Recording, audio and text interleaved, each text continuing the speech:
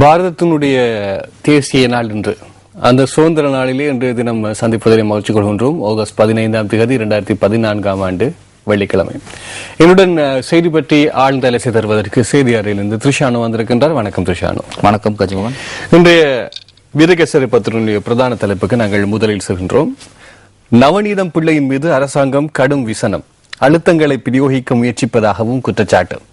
இலங்கை விவகாரம் தொடர்பில் விசாரணைகளை ஆரம்பித்துள்ள ஐக்கிய நாடுகளின் மனித உரிமை அலுவலகத்தின் செயற்பாடுகள் தொடர்பில் ஐக்கிய நாடுகள் மனித உரிமை ஆணையாளர் நவநீதம் பிள்ளை தனிப்பட்ட ரீதியில் பக்க சார்பாக நடந்து கொண்டிருக்கின்றார். அவர் ஐக்கிய நாடுகள் விசாரணை செயற்பாட்டில் அழுத்தங்களை பிரயோகிக்க முயற்சிப்பது இதன் மூலம் நிரூபணமாகிறது என்று இலங்கை அரசாங்கம் கடும் விசனத்தை தெரிவித்திருக்கிறது. அதாவது ஐக்கிய நாடுகள் சபையின் மனித உரிமை ஆணையாளர் நாயகம் அவர்கள் இம்மாதத்துடன் தனது பதவியிலிருந்து விலகி செல்ல இருக்கிறார். அவரது பதவிக்காலம் இம்மாத இறுதியில் முடிவுக்கு வருகின்றது. இந்த நிலையில்தான் கடந்த வாரம் சர்வதேச ஊடகம் ஒன்றுக்கு செய்தி தகவல் வெளியிட்ட அவர் நேரடியாக கூறியிருந்தார், இலங்கைக்கு விஜயம் செய்ய வேண்டிய அவசியமில்லை, இலங்கைக்கு விஜயம் செய்யாமலேயே நாம் விசாரணைகளை சிறந்த முறையில் நடத்தி அதன் தொடர்பான அறிக்கையை தயாரித்து ஐக்கிய நாடுகள் சபையிடம் சமர்ப்பிப்போம் என கூறியிருந்தார். அதற்கு பதிலளிக்கும் வகையில் தான் அரசாங்கம் இந்த தகவலை வெளியிட்டுள்ளது. என்றாலும் கஜமுகன், இந்த செய்தியை பொறுத்தவரை மற்றொரு விடயம் இருக்கிறது பின்புலத்தில். ஆரம்பத்தில் கூறினார்கள், அதாவது ஐக்கிய நாடுகள் சபை இலங்கை மீதான ஒரு தீர்மானத்தை கொண்டு வந்து விசாரணை அறிக்கை தயாரிப்பது என தீர்மானித்த பின்னர் இலங்கையிலிருந்து ஒரு விடயம் கூறப்பட்டது, அவர்களை இங்கு வரவிட மாட்டோம், முடிந்தால் இங்கு வந்து விசாரணை நடத்துங்கள் என கூறினார்கள். அதன் பிறகு கூறினார்கள், இலங்கையிலிருந்து எவராவது சாட்சியம் அளித்தால் அவர்கள் மீது சட்ட நடவடிக்கை எடுக்கப்படும், அதாவது அரசியலமைப்பை மீறும் வகையில் செயற்பட்டால் அவர்களுக்கு எதிராக நிச்சயமாக சட்ட நடவடிக்கை எடுக்கப்படும் என்ற ஒரு கருத்தையும் தெரிவித்திருந்தார்கள். அதன் பின்னர் கூறியிருந்தார்கள், நாம் அவர்களுக்கு விசா வழங்கவில்லை, ஆகவே தான் அவர்களால் வர முடியவில்லை என. தற்போது இப்படி ஒரு கருத்தை கூறுகிறார்கள். தொடர்ந்து கருத்துக்கள். சாட்சியங்களை பொறுத்தே தீர்மானம். ஐக்கிய நாடுகள் விசாரணை குழு தொடர்பில் அமைச்சர் கஹலி என்கிற செய்தி இருக்கிறார். நேற்றைய தினம் பத்திரிகையிலே குறிப்பாக அரசாங்கம் எந்த ஒரு காரணத்துக்கும் சர்வதேச விசாரணைகளுடைய அழுத்தங்களுக்கோ அல்லது எந்த ஒரு அசைவுகளுக்கோ நாங்கள் கண்டுகொள்ளப் போவதில்லை என்ற ஒரு விடயத்தை நேற்றைய தினம் பத்திரிகையில் நாங்கள் பார்த்தோம். இன்று இப்படி இருக்கிறது. ஐக்கிய நாடுகள் மனித உரிமை பேரவையின் விசாரணை குழுவிடம் இலங்கையில் உள்ளவர்களை வழங்க உள்ள சாட்சியங்களை கொண்டே அவை நாட்டின் அரசியலமைப்பை மீறியுள்ளதா இல்லையா என்று தீர்மானிக்க முடியும். எனவே அவர்கள் என்ன செய்ய போகின்றார்கள் என்று பொறுத்திருந்து பார்ப்போம் என்று அமைச்சரவை பேச்சாளர் அமைச்சர் கஹலி ரம்புக்வெல தெரிவித்திருக்கின்றார். நேற்றைய தினம் அப்படி இந்த தினம் சாட்சியம் அளிக்கட்டும், அதுக்கு பின்னர் அரசியலமைப்பை கூறுவது என்னவென்றால், சாட்சியம் அளித்த பின்னர் எவ்வாறான சாட்சியங்களை அளித்திருக்கிறார்கள், அது எந்த வகையில் அரசியலமைப்பை மீறுகின்றது, அதற்கேற்ப சட்ட நடவடிக்கை எடுக்கப்படும். அதாவது சாட்சியம் அளிக்கும் உரிமை அவர்களுக்கு இருக்கிறது, ஆனால் அவர்கள் அளிக்கும் சாட்சியத்தின் பிரகாரம் நடவடிக்கை எடுக்கப்படும். ஆனால் அவருடைய கருத்து கொஞ்சம் தளம்பியாக தெரிகிறது. முன்னர் தெரிவித்திருந்தார் முடியாது, ஏற்கனவே தெரிவித்திருந்தார், சர்வதேசம் எந்த வகையான பிரயோகங்களை முன்னெடுத்தாலும் நாம் அதற்கு அடிப்பணிய மாட்டோம் என்றும் கூறியிருந்தார். தற்போது இப்படி கூறுகிறார். அப்ப தளர்ந்து கொண்டு போகிறது, பார்ப்போம். அடுத்த செய்திக்கு நாங்கள் செல்லலாம் என்று வெளியாகியுள்ள வீரகேசரி பத்திரிகையினுடைய செய்தி, தமிழக மீனவர்களின் படகுகளையும் இலங்கையிலிருந்து மீட்க நடவடிக்கை. வெளியுறவுத்துறை அமைச்சர் சுஷ்மா ஸ்வராஜ் தகவல். இவர் இந்திய வெளியுறவுத்துறை அமைச்சர். குறிப்பாக இன்றைய தினம் 95 மீனவர்கள் விடுதலை செய்யப்படுகின்றார்கள். நேற்றைய தினம் பலர் விடுதலை செய்யப்பட்டு விட்டார்கள். அவர்களில் 93 பேர், அவர்களில் எஞ்சிய மீனவர்கள் இந்திய மீனவர்கள் இன்றைய தினம் விடுதலை செய்யப்படுவதாக அறிவிக்கப்பட்டுள்ளது. இதற்கான பிரதான காரணம் ஜனாதிபதி அவர்கள் நேரடியாக தலையிட்டு கூறியிருக்கிறார், அவர்களை விடுதலை செய்யுமாறு இந்திய சுதந்திர தினத்தை முன்னிட்டு. ஜனாதிபதி சுயமாக அப்படி ஒரு இலவச இணைப்பை கொடுத்தாரா அல்லது இந்தியாவினுடைய அழுத்தம் சார்பாக கொடுத்தாரா என்ற கேள்விக்கு இங்கே கொஞ்சம் ஒரு பதில் கொடுப்பது போல் இருக்கின்றது. இந்திய மீனவர்களின் படகுகளையும் இலங்கையிலிருந்து மீட்க நடவடிக்கையும் என்றால் ஏற்கனவே நடந்தது, அதை தொடர்ந்து என்ற பொருள்படுது. அதாவது மீனவர்களை விடுதலை செய்து கொண்டோம், படகுகளை மீட்டு வருவோம் என்பது போல் உள்ளது. அங்கே இருக்கும் சத்தம் இருக்கிறது. ஆகவே இங்கே நாங்கள் இலவசமாக விடுதலை செய்தோமா அல்லது இந்தியாவினுடைய அழுத்தத்தின் பிரகாரம் அதை நடைமுறைப்படுத்தணுமா என்பது நாளை மறுதினம் வரக்கூடிய பத்திரிகை செய்திகள் தான் விளங்க சொல்ல வேண்டும். இலங்கை இந்திய நட்புற சங்கத்தின் புதிய தலைவராக குமார் நடேசன் தெரிவு என்கிற செய்தி இருக்கிறது. இவர் நிர்வாக இயக்குனர் இந்த பத்திரிகையினுடைய, நாங்கள் வாசிக்கக்கூடிய பத்திரிகையினுடையது. அது மாத்திரம் பத்திரிகை ஸ்தாபனத்தின் தலைவராகவும் செயற்படுகின்றார். குறிப்பாக இதற்கு முன்னர் சட்டத்தரணி, சிரேஷ்ட சட்டத்தரணி கந்தையா நீலகண்டன் அவர்கள் அகில இலங்கை இந்து காங்கிரசினுடைய தலைவர், முக்கியமாக இந்த பதவியில் இருந்திருந்தார். அவர்தான் இந்த அறிவிப்பையும் விடுத்திருக்கிறார். அதாவது குமார் நடேசன் அவர்கள் போட்டியின்றி இம்முறை தலைவராக தெரிவு செய்யப்பட்டுள்ளதாக. அது நேரம் தனக்கு அதுவரை காலமும் உதவி நல்கி செய்த அனைவருக்கும் நன்றியும் அவர் தெரிவித்து விடைபெறுகின்றார்.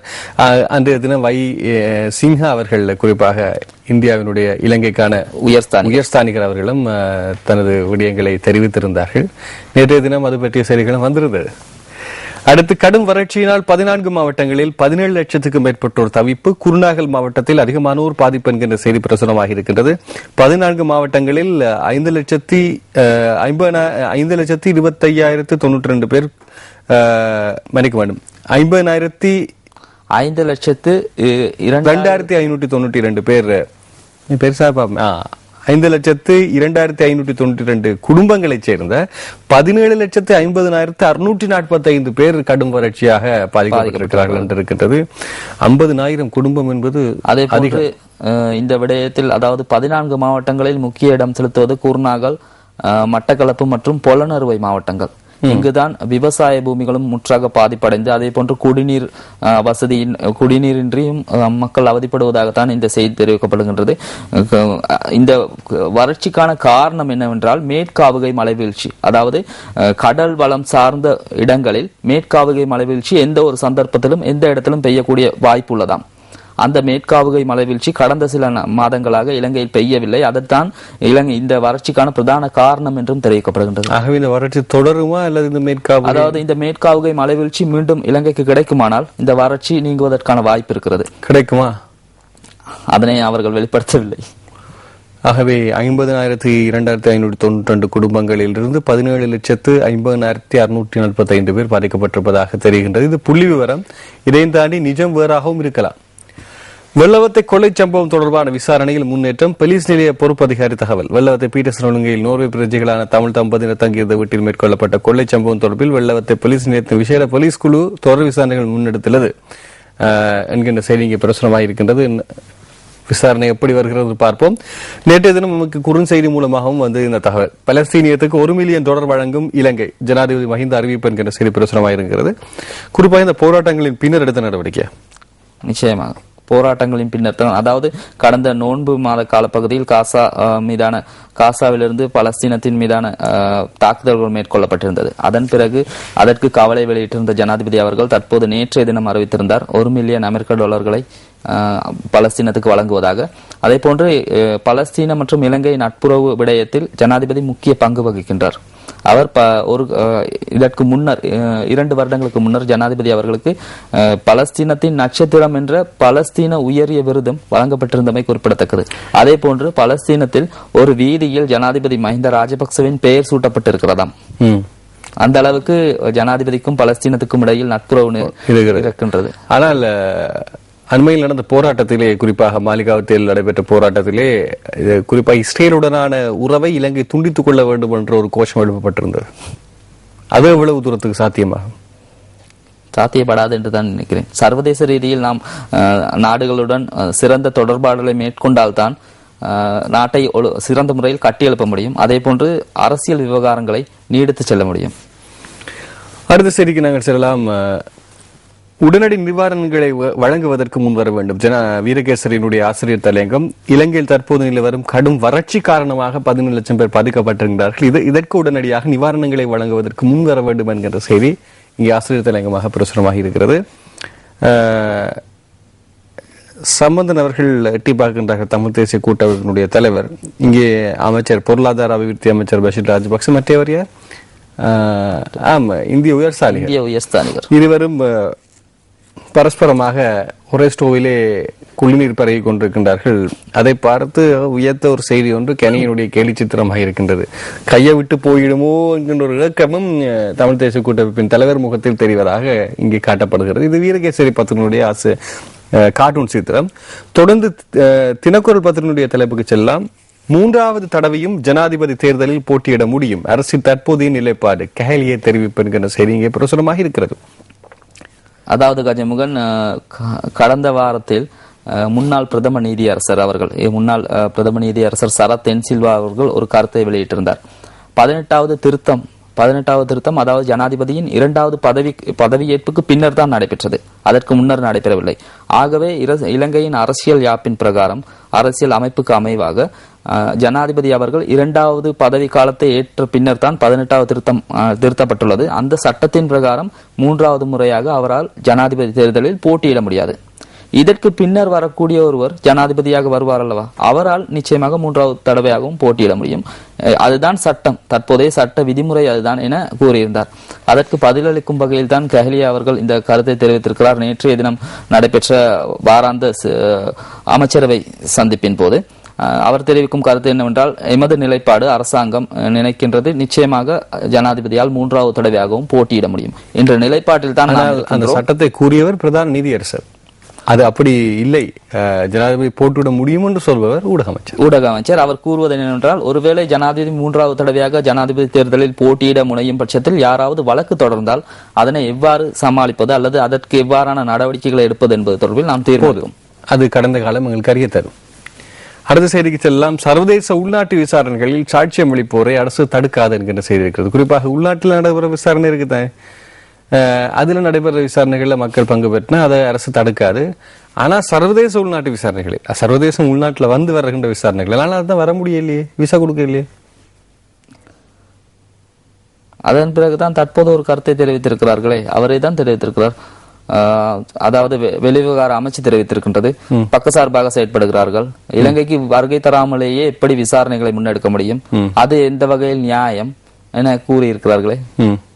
இதுல ஒரு பெரிய குழப்பம் இருக்கு, மிகப்பெரிய குழப்பம் இருக்கு. அடுத்து, காணாமல் போனோர் மரணித்து விட்டதாக ஆணைக்குழுவின் தலைவர் கூறுவாரானால் விசாரணை எதற்கு கேள்வி எழுப்புகிறது கூட்டமைப்பு. அருமையான ஒரு கேள்வி. அதாவது கடந்த மன்னாரில் நடைபெற்ற காணாமல் போனோர் தொடர்பான விசாரணைகளின் பின்னர் ஆணைக்குழுவின் தலைவர் ஊடகவியலாளர் சந்திப்பு ஒன்றை நடத்தியிருக்கிறார். அந்த சந்திப்பில் அவர் தெரிவித்திருப்பது என்னவென்றால், ஒட்டுமொத்தமாக 19,000 விண்ணப்பங்கள் தான் கிடைத்துள்ளதாம் காணாமல் போனோர் தொடர்பாக. அவற்றில் 5,000 பேர் இராணுவ வீரர்களாம், சுமார் 1000 பேர் இறந்திருக்கலாம், 13,000 பேர் தான் காணாமல் போயிருக்கிறார்கள். ஆகவே அவரது கருத்தின் பிரகாரம் இந்த 13,000 பேர் காணாமல் போனார்கள் என்பது பாரிய விடயம் அல்ல, அது சாதாரணமான ஒரு விடயம். இவ்வாறான யுத்த காலங்களில் அதெல்லாம் நடக்கலாம் அப்படியும் கூறியிருக்கிறார். அதே போன்று மற்றொரு கருத்தை தெரிவிக்கிறார். அதாவது காணாமல் போன அனைத்து பேரும் மறந்து விட்டார்கள், அவர்கள் தொடர்பில் விசாரணைகளை நடத்துவதோ அல்லது கலந்துரையாடுவதோ கருத்து வெளியிடுவதோ அர்த்தமில்லை என. ஆகவே தான் அதற்கு பதில் கேட்டிருக்கிறார் பிரேமச்சந்திரன் எம்பி அவர்கள். காணாமல் போனோர் மரணித்து விட்டார்கள் என்றால் எதற்காக விசாரணை நடத்துகிறீர்கள்? இந்த கேம் சீரிஸ் தெரியுமா, சட்டவிரோதமாக அதை விளையாடுறதுக்கு என்ன செய்யறாங்கன்னு சொன்னா, இலங்கையில எல்லா இடங்கள்ல கிடைக்குது, எடுத்துக்கொண்டு போய் வெர்ச்சுவல் ஹார்ட் டிஸ்க் சொல்லுவாங்க. ஹார்ட் டிஸ்க் ஒன்று இருக்கு, வெர்ச்சுவல் ஹார்ட் டிஸ்க் மாதிரி ஒன்றை கிரியேட் பண்ணி அந்த மாதிரியில வச்சு அதுக்கு ஒரு கோடை கொடுத்து அது செயல்படுறதுக்கு ஹார்ட் டிஸ்க்ல போட்டு விளையாடுவாங்க. இல்ல ஆனா இருக்கிறது மாதிரி காட்டுவோம். அப்படியான செயற்பாடுகள் தான் இலங்கையினுடைய அரச களத்திலே கடந்த 10 வருடங்களால் அதிகம் விளையாடி கொண்டிருக்கின்றது. ஜனாதிபதி முறைமை இருக்கு, அழிக்க போகிறோம், ஆனா அது நடைபெறுவதில்லை. அதே போன்று காணாமல் போனோர் சம்பந்தமான விசாரணை குழு நடக்குது, ஆனா நடைபெறவில்லை. அதே நேரத்தில் பாராளுமன்ற தெரிவுக்குழு ஒன்று இருந்தது, இருக்குது, ஆனா அது நடக்காது. இப்படியான இந்த இருந்தும் இல்லை என்கின்ற அந்த வெர்ச்சுவல் அந்த நாங்க ஒரு கற்பனையில கட்டுற சில விஷயங்கள் துடைப்புக்கான செயற்பாடுகள் அதிகமாக நடந்து கொண்டிருக்கிறது. அது நான் நினைக்கின்றேன் அனைத்து அரசியல் கட்சிகளும் அனைத்து அரசியல் சார்ந்தவர்களுக்கும் தெரிந்து கொண்டும் அதை பற்றி அவர்கள் பேசிக் கொண்டிருப்பார்கள். அது ஆளுங்கட்சியா இருக்கலாம், எதிர்கட்சியாக இருக்கலாம். அது ஒரு அரசியல் ஒரு விடயம். அதுக்கு வாக்களிப்பது எங்களுக்கு விஷயம் தெரியாம இருக்குன்னு நினைச்சு வாக்களிக்கிறது தான் வாக்காளர்கள், அதாவது மக்களுடைய விடயமாகவும் இருக்கு. கவலைக்கிடமான ஒரு செய்தி. புகலிடம் கோருவோரை நடுக்கடலில் தடுத்து வைக்கும் அதிகாரம் ஆஸ்திரேலிய அரசுக்கு உள்ளதா? கேள்விக்குறியோடு ஒரு செய்தி. இது யாரு இதை கேட்டிருக்கின்றார் என்கின்ற செய்தி. ஆஸ்திரேலியாவின் சிரேஷ்ட நீதிபதி ஒருவர் தான் இந்த கேள்வியை எழுப்பியிருக்கிறார், கெனட் கெய்னி. அது முடியுமா என்ற ஒரு கேள்வி இருக்கின்ற. ஆகவே மனித உரிமைகள் அந்த மாதிரியான நாடுகளிலே பேசப்பட்டு கொண்டுதான் இருக்கிறது. அதிகப்படியான நீதிமன்றம் குறிப்பாக அரசு தலைவருக்கு எதிராகவும் பேசுகிறார்கள். இதை நாங்கள் பதிவு செய்யலாம். இலங்கையில் புகலிடம் கோரும் பாகிஸ்தானியர் நிலைமை. ஐக்கிய நாடுகள் மனித உரிமை நிபுணர்கள் கவலை என்கின்ற செய்தி பிரசுரமாக இருக்கிறது. பாகிஸ்தானியர்கள் குறிப்பாக இலங்கையில் புகலிடம் கோருகின்றார்கள். நிலைமை பற்றி ஐக்கிய நாடுகள் மனித உரிமை நிபுணர்கள் கவலை தெரிவிக்கின்றார்கள். காரணம் இருக்கிறது. நேற்றைய தினம் ஆகஸ்ட் 14 அவர்களுடைய சுதந்திர தினம். இந்த விடயத்தில் அமைச்சர் கெஹலியா ரம்புக்வெல்ல அவர்கள் ஒரு கருத்தை தெரிவித்திருக்கிறார். 1951 ஆண்டு அகதிகள் சாசன சட்டத்தில் இலங்கை உள்ளடக்கப்படவில்லை. நாம் அதில் இணைந்து கொள்ளவில்லை. ஆகவே எமக்கு எதிராக இந்த விடயத்தில் சட்ட நடவடிக்கை எடுக்கும் அதிகாரம் ஐநாவுக்கு இல்லை. நாம் பாகிஸ்தானுடன் நல்லுறவை பேணுகின்றோம். அதில் எந்த பிரச்சனையும் கிடையாது. இந்த விடயத்தில் எம்மால் அடிப்பணிந்து செயற்பட முடியாது. அதாவது பாகிஸ்தான் புகலிடம் கோருவதற்கு வழங்க முடியாது. இன்னொரு கேள்வி ஒன்று இருக்கின்றது. ஆனால் இலங்கையிலே மாலைதீவை சேர்ந்தவர்களுக்கான புகலிடங்கள் அதிகம் இருப்பது. அதாவது கஜமுகன், சர்வதேச ரீதியில் மாலைத்தீவு சேர்ந்த சகல பிரஜைகளுக்கும் உலகளாவிய ரீதியில் எந்த ஒரு நாட்டுக்கும் செல்வதற்கான ஓபன் விசா என கூறுவார்கள். பகிரங்க விசா இருக்கின்றது. மாலைத்தீவு சில காலங்களில் அழிந்துவிடும், கடலுக்குள் சென்றுவிடும் என்பதன் காரணமாக உலகளாவிய ரீதியில் அந்த வாய்ப்பை ஏற்படுத்தி கொடுக்கப்பட்டுள்ளது. ஆகவே இலங்கை விவகாரத்திலும் அந்த சட்டம் தான் முன்னெடுக்கப்படுகின்றது. இப்போது கடலுக்கு மூழ்கக்கூடிய ஒரு நாடும் இது எனக்கு தெரியவில்லை. அதே போன்று ஒரு நாட்டிலே வாழ முடியாத ஒரு சூழல் இருப்பதாக இருந்தால் இரண்டும் கிட்டத்தட்ட அன்னளவாக ஒன்றாகத்தான் கருதப்படும். அதே போன்று புகலிடம் கோரும் விடயத்தில் மற்றொரு விடயம் இருக்கிறது. அதாவது பொருளாதார ரீதியாக நாம் எவரும் இன்னொரு நாட்டிடம் புகலிடம் கோர முடியாது. எமது உயிருக்கு அச்சுறுத்தல் இருக்கும், நாம் இங்கே வாழ்வதற்கு அஞ்சப்படுவோமாக இருந்தால் இங்கே எமது உயிருக்கு அச்சுறுத்தல் இருக்கின்றது என நாம் கூறி அது தொடர்பான ஆதாரத்தை நிரூபித்து அதன் மூலமாக புகலிடம் கோர முடியும். உபசரத்துகள் இருக்கிறது பற்றி சரி, அதை பற்றி நன்றாக பார்க்க வேண்டும். பரீட்சை எழுத மாணவனை தீண்டிய பான்பு இது எங்கே நடைபெற்றிருக்கிறது? ஹொரணை பகுதியில் இடம்பெற்றிருக்கிறது. மெதலங்காரே வித்தியாலயத்தில், ஸ்ரீ மெதலங்காரே வித்தியாலயத்தில் அமைக்கப்பட்டிருந்த பரீட்சை மண்டபத்தில் இந்த சம்பவம் இடம்பெற்றிருக்கிறது. கடந்த 5ஆம் தேதி நடைபெற்ற உயிரியல் விஞ்ஞான பாட பரீட்சை எழுதி கொண்டிருந்த போது மண்டபத்திற்குள் எங்கோ மறைந்திருந்த பாம்பு ஒன்று தனது வலது கால் பாதத்தை தீண்டியதாக மாணவனுடன் தெரிவித்திருக்கின்றார். கால் பாதத்தில் திடீரென சுள்ளென்ற வலி ஏற்பட கீழே பார்த்த போது காலில் பாம்பு கொத்திய தெரியவதாக அவர் கூறியிருக்கின்றார். அதன் பின்னர் அவர் வைத்தியசாலை கொண்டு செல்லப்பட்டாரா அல்லது பரீட்சை எழுதாமல் இருப்பதற்கு பாம்பு தீண்டியது என்று கதை விட்டிருக்கிறாரா? அவரது கருத்தை தான் இங்கே முழுமையாக பதிவு செய்திருக்கிறார்கள். அவர் கூறுவது என்னவென்றால் பரீட்சையை முழுமையாக தன்னால் கவனம் செலுத்த முடியவில்லை. பாம்பு தீண்டினால் எப்படி நச்சு வருமே? அது தீண்டும் பாம்பின் பிரகாரமே ஒரு சில பாம்புகளுக்கு நச்சுத்தன்மை குறைவாகவும் இருக்கின்றது. மலை பிரதேசம் தானே, கிட்டத்தட்ட அன்னளவா மலை பிரதேசம் கொஞ்சம் குறைவா இருக்கலாம். சரி, இப்படியும் செய்திகள் வந்திருக்கின்றன போடுவோம். வறட்சி பாரிய சவால், ஆசிரியர் தலையங்கம் தினக்குரலிலே நிச்சயமாக தான் உண்மை. அதைத் தொடர்ந்து நாங்கள் கார்ட்டூன் சீத்திரத்துக்கு செல்லலாம். $1 மில்லியன் அமெரிக்க நிதி உதவியாக பலஸ்தீனத்துக்கு வழங்க உள்ளோம். ஆனால் இங்கே வறட்சியில் ஒன்றுமே இல்லை என்கின்ற அடிப்படையில் முட்டியை வைத்துக் கொண்டு மக்கள் இருக்கின்ற அந்த பொக்கெட்டில் இருந்து எடுத்து கொடுக்கப்பட்டது போன்ற ஒரு செய்தி பிரதீப்பினுடைய கேலி சித்திரமாக வரையப்பட்டிருக்கின்றது. ஆனால் இதற்கு முன்னர் அரசாங்கம் வறட்சி சம்பந்தமாகவும் தன்னால் முடியக்கூடிய விடயங்களை செய்திருக்கின்றது. அதை நாங்கள் மறக்கக்கூடாது. ஆனால் அதையும் தாண்டி வறட்சி இன்னும் தாண்டவம் ஆடிக்கொண்டிருக்கிறது. அதற்கு வேறொரு நாட்டிலிருந்து எங்களுக்கு பணம் கிடைத்தால் தான் கிடைக்கும். அதை எடுக்கிறதுக்கு நாங்கள் சர்வதேச ரீதியில் எப்படி உருவ வைத்திருக்கிறோம் என்ற விடயம் இருக்கிறது அல்லவா? இவை இருக்கிறது இன்றைய தினம் தினக்குரல் பத்திரிகையிலே. அதனை தொடர்ந்து நாங்கள் சுடரொளி பத்திரிகை செய்திகளுக்கு செல்லலாம். சுடரொளியினுடைய பிரதான தலைப்பு படி இருக்கிறது. அர்த்தம் உள்ள அதிகார பரவலாக்கலுக்கான பேச்சுக்கள் முன்னெடுக்கப்பட வேண்டும். சுதந்திர செய்தியில் இந்திய தூதர் சின்ஹா வலியுறுத்து.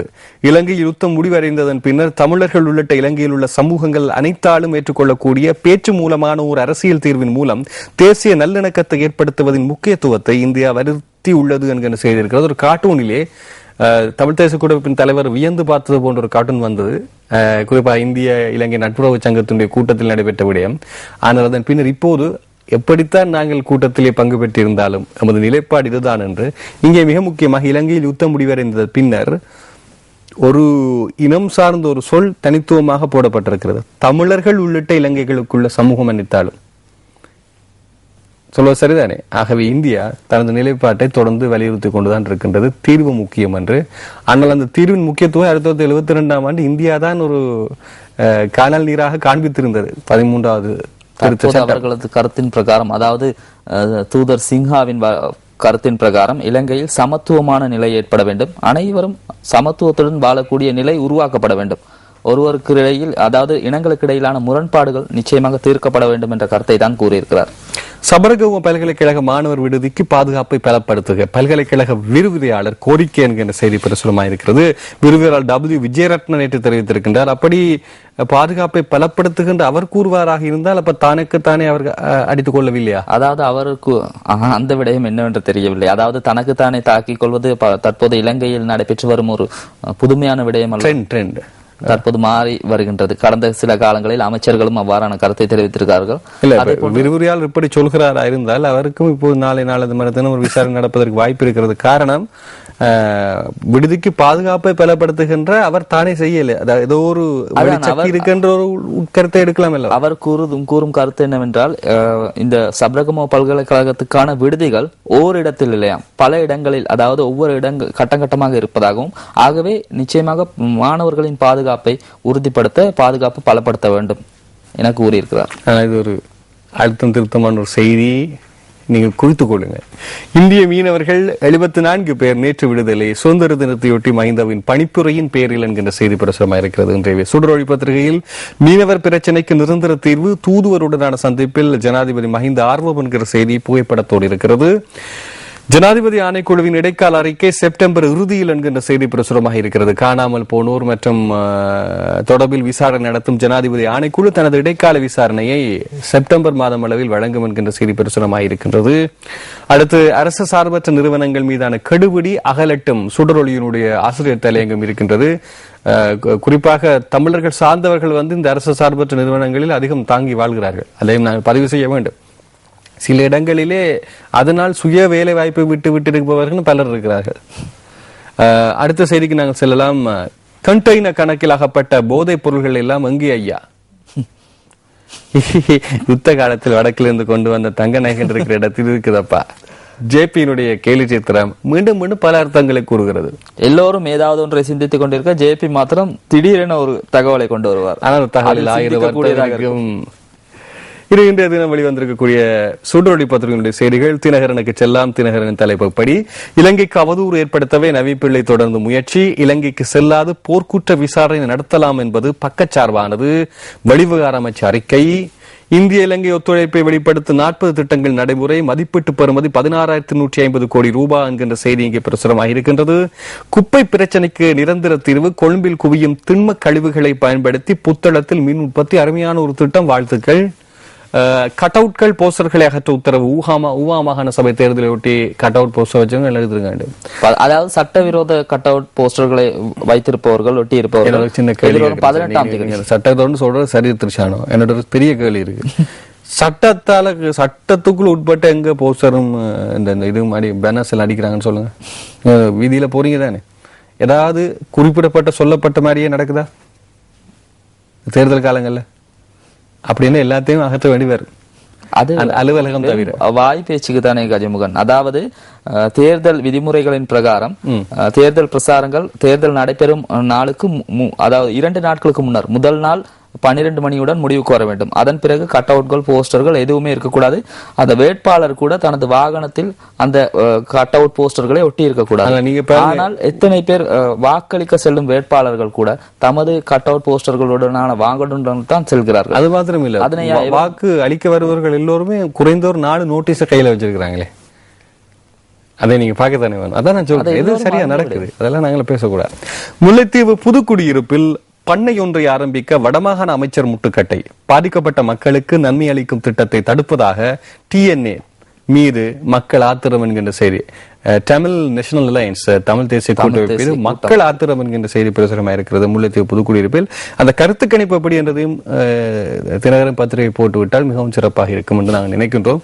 குறிப்பாக அந்த ஒரு காலகட்டத்திலே இந்த தங்களுடைய கருத்தை முன்வைப்பதற்கு நான் என்றாலும் கூட என்ன சொல்லுவேன்னா, புத்திஜீவிகள் சொன்னார்கள் என்று ஞாபகம் இருக்கோ தெரியல. மடுமாத ஆவணி திருவிழா இன்று என்கின்ற செய்தி பிரசுரமாக இருக்கின்றது. மிகவும் குறிப்பாக கத்தோலிக்கர்கள் அதிகம் நேசிக்கின்ற ஒரு சக்தி வாய்ந்த திருத்தலம் மடுமாதா. பல முரண்பாடுகள். இலங்கையை பொறுத்தவரை மடுமாதா திருவிழா என்பது பெரிய கத்தோலிகர் மாத்திரமல்ல, சகல இனத்தவரும், அது அனைவருமே ஒன்று திரண்டு செல்லக்கூடிய ஒரு தேவாலயம் தான் அது ஆரம்பமாயிருக்கிறது திருவிழா.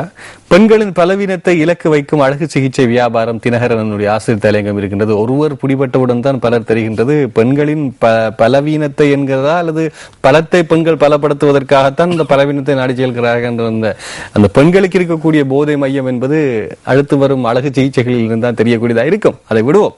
அடுத்து நாங்கள் செல்லலாம். யாழ் தினக்குரல் பத்திரிகையினுடைய செய்திகள் சிலவற்றிற்கு. பயங்கர ஆயுதங்களுடன் யாழில் செயற்பட்ட கிருஷ்ணா குழு சுட்டு பிடித்தது போலீஸ். நேற்று அதிகாலை அதிரடி, ஒருவர் காயம், 4 கைது, 4 தப்பியோட்டம். பேரை பாத்தீங்களா, பேரே கிருஷ்ணா குழு. சமூக விரோத செயற்பாடுகள் ஈடுபடுறது, ஆனா பேர் வந்து கிருஷ்ணா குழு. அருமையா இருக்கு பாருங்க. கல்லுண்டாய் கொலை செய்தது சிவா குரூப். கொலைக்காக பெற்ற பணம் ஆயுதங்களோட 3 கைது. பாத்தீங்களா, இப்ப காலகட்டத்தில் இந்த மதங்கள் எங்கெல்லாம் போயிருக்கு. கிருஷ்ணா குழு, சிவா குரூப், இதெல்லாம் ஒருத்தர் தலைமையில் இருக்கிற பேர். ஆனா உங்களோட பேரை பாருங்க, கிருஷ்ணா சிவா. அதாவது காக்கும் கடவுள், அழிக்கும் கடவுள். இருவருமே பூமியில் அதர்மம் தோன்றி நிலைக்கும் போது அதனை மீட்டு தர்மத்தை நிலைநாட்டுவதற்காக அவதாரம் எடுப்பவர்கள் அல்லவா. ஆகவே உயிர் ஆபத்தோடு கவனிப்பாரின்றி கட்டட இடிபாட்டுக்குள் 229 குடும்பங்கள். நாவற்குழியில் அவலம், அருகே வசதிகளோடு சிங்கள குடியேற்றவன் என்ற செய்தி பிரசுரமாயிருக்கிறது. இப்ப இதுவும் ஒரு மிக முக்கியமான செய்தி நாங்கள் பதிவு செய்கின்றோம். உயிர் ஆபத்தோடு கவனிப்பாரின்றி கட்டட இடிபாட்டுக்குள் 229 குடும்பங்கள். நாவல்குழியில் அவலம், அருகே வசதிகளோடு சிங்கள குடியேற்றம். சர்வதேச தர விளையாட்டு மைதானத்துடன் கிளிநொச்சியில் விளையாட்டு விஞ்ஞான பீடம் யாழ் பல்கலைக்கழகத்திற்கு அமையும். துணைவேந்தர் தெரிவிப்பு அருமையான ஒரு விடயம் என்பதையும் நாங்கள் அறிய தந்து கொண்டு இன்றைய தினம் வெளிவந்திருக்கக்கூடிய பத்திரிகை செய்திகளின் முடிவிலிருந்து விடைபெறுகிறோம்.